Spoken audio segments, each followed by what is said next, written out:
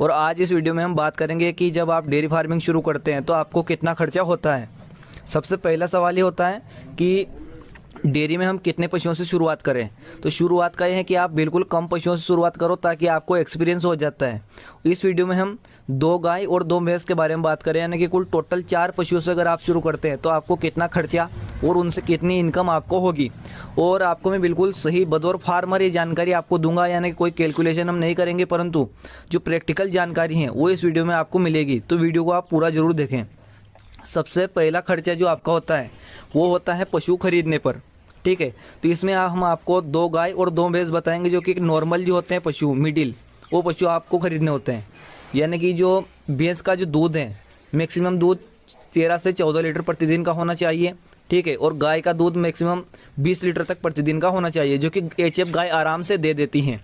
तो भैंस की जो कीमत होगी आपकी, एक भैंस की कीमत 90,000 रुपये होगी।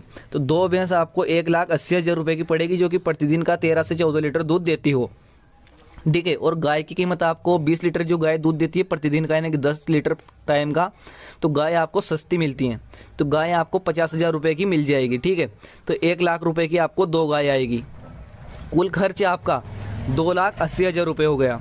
और अगर डेयरी शेड भी आप नया बनाते हैं तो उसमें भी आपको लगभग 50,000 रुपये का खर्चा डेयरी शेड पर होगा। लेकिन अगर आपके पास पहले से ही डेयरी शेड है तो आपका ये खर्च बच जाता है। और अगर चाप कटर मशीन आप खरीदते हैं पशुओं के लिए, चारे के लिए, तो 10-12 हज़ार रुपये की नॉर्मल मशीन आपको मिलेगी। तो आपका कुल जो खर्च है शेड के ऊपर और पशु खरीदने के ऊपर आपको 3,42,000 रुपये का खर्च होता है, यानी कि तकरीबन 3.5 लाख रुपये में 8,000 रुपये कम होते हैं, ठीक है।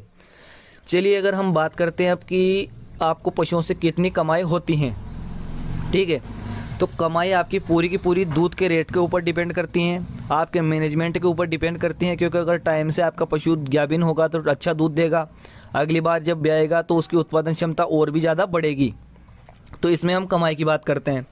तो आपका जो भैंस का दूध है वो 40 रुपये प्रतिदिन का होना चाहिए, क्योंकि हम ज़्यादा रेट इसमें नहीं आकेंगे, क्योंकि 50-60 रुपये नॉर्मल गाँव में बिकता नहीं है। तो भैंस का दूध का जो मिनिमम रेट है आपको 40 रुपये मिलना चाहिए।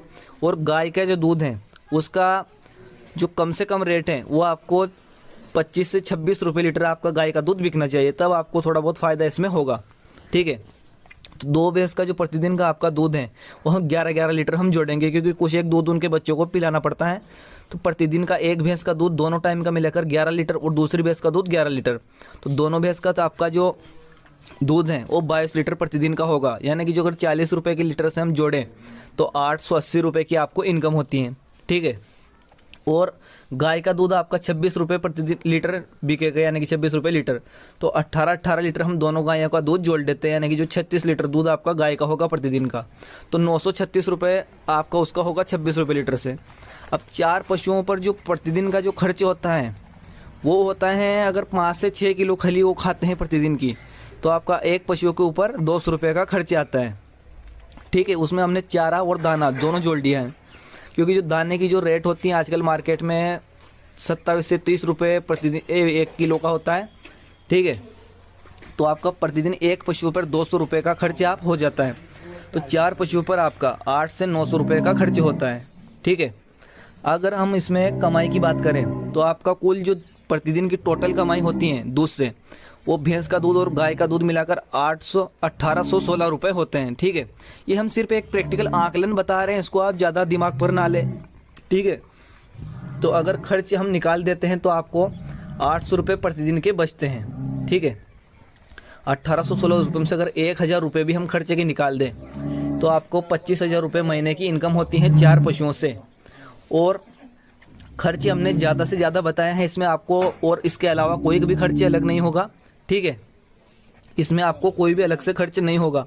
अब जो हमने कमाई की बात की है ये आपको पूरे साल भर नहीं होगी, ठीक है, क्योंकि पशु आपका गाभिन भी होगा और ड्राई भी होता है, ठीक है। अगर बीमार हो गया तो आपको नुकसान भी हो सकता है, यानी कि अगर आपका मैनेजमेंट सही होता है तो पशु टाइम पर गाभिन हो जाता है, टाइम पर आपको अच्छा दूध देता है, तो आपकी यही इनकम हर साल बनी रहती हैं, ठीक है।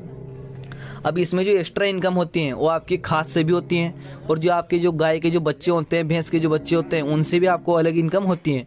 और साथ ही साथ आप अपने फार्म पर ही नए पशु तैयार कर सकते हैं। तो आपको डेयरी के लिए सबसे पहले जो चारा है वो भी उगाना पड़ता है अपने खेतों में, तो आप वो भी उगाएं और सही मैनेजमेंट के साथ में आप पशुपालन करें, ठीक है। और अगर आपके पशु का आप मैनेजमेंट सही करते हो तो आपकी कमाई बिल्कुल बरकरार बनी रहेंगी। तो आपको इसमें काफ़ी अच्छा मुनाफा होगा और काफ़ी आगे तक आप अपने फार्म को ले जा सकते हैं। तो उम्मीद है आप लोगों को जानकारी पसंद आई होगी और वीडियो आपको अच्छा लगा होगा। ठीक है।